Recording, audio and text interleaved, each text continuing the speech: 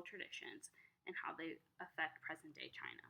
This presentation explores the philosophy and religion of Neo-Confucianism from the new doctrine release into political practices in present day China. It will also discover the traditions that Neo-Confucianism has explored and what they continue to grow and practice. Political Confucianism was founded during the Zhou period. This is a philosophy that is based on ethics, good behavior, and morals. It is known for using the idea of Ren.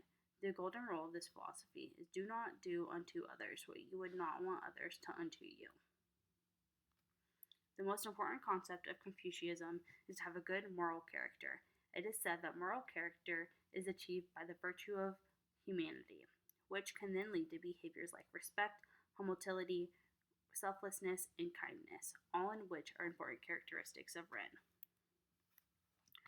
Filiality is the devotion to ancestors and family. This is something that is key in Confucius thinking and is one of the main foundations.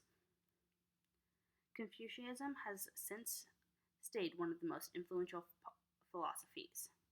Schools were established to teach Confucius ethics, and new religions were also created. In 1912, a group of people in Mingtong County, southeast China, came together to take Confucian ideals and make it into their own religion. This religious group is called the Confucian Congregation. They base their beliefs off supernatural healings from Confucian philosophy. This small group eventually expanded into hundreds of members, and they made 7 different branches of the church. Shortly after this new religion took off, a philosopher started to speak about anti-Confucius thinking. Zongqi is the name of this philosopher, who made his debut during the start of the 20th century. Zong was the founder of modern Confucianism, also known as Neo-Confucianism. Modern Confucianism is based on the foundation of Confucius concepts, but is modernized to fit into the new era. He uses teachings from Confucianism and Buddhism to fit this new way of thinking. He expressed the tradition of differentiation and the sense of dividing spheres and structures in the vital energy. He also used traditional Confucius concepts such as objective truth and reality, and he also added other notions such as the organic system and embodiment. Embodiment is the idea that your mind and body influence each other. Zong wrote The New Trustees of the Uniqueness of Consciousness, which is published in 1944. This book was written with his new accepting elements of Confucianism and is also known as the New Doctrine. The New Doctrine was written to cross the ideas of Buddhism and Confucianism. The idea of consciousness only stems from the Buddhist beliefs in which all exists and is nothing but consciousness, so there is nothing that lies outside one's mind. The doctrine explains consciousness like a seed. In the world around us is created when consciousness is opened and seeds are planted. These seeds then float around the world and produce more seeds.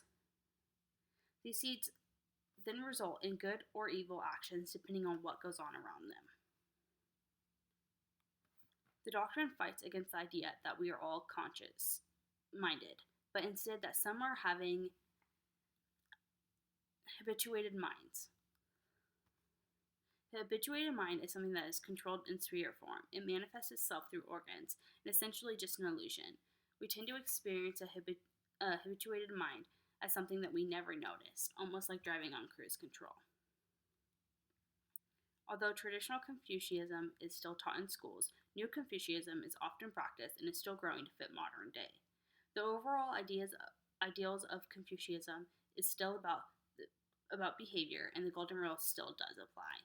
Do not do unto others what you would not want others to undo to you.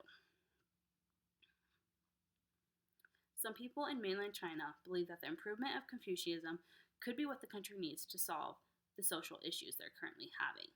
However, those social problems also feed into the construction of their political practice.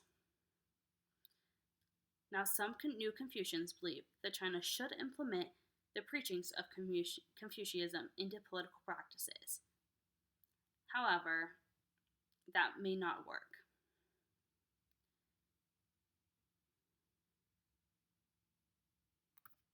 Issues that that have occurred in past throne holders, like Wang Man, who was put on the throne to carry out political reformation using Confucianism, was overthrown and killed by rebels.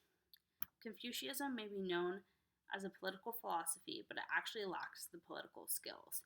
It can be hard to find a balance of political power in Ren, which is one of the basic concepts.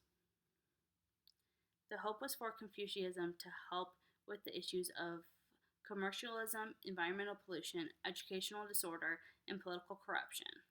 Since the new doctrine has helped many moral, spirited Chinese people through challenges, they thought putting this idea of and philosophy into a political practice could be a step in the right direction.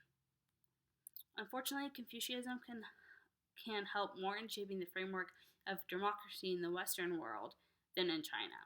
However, Confucianism is still very active in Chinese culture, can be found in education, literature, dramas, and is the anchor of everyday life.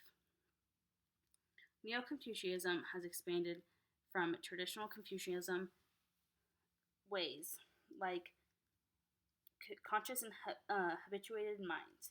It also brings more ideas, like having harmony between multiple aspects in life, such as social and political thinking. But most importantly, it keeps Ren as the foundation of this philosophy.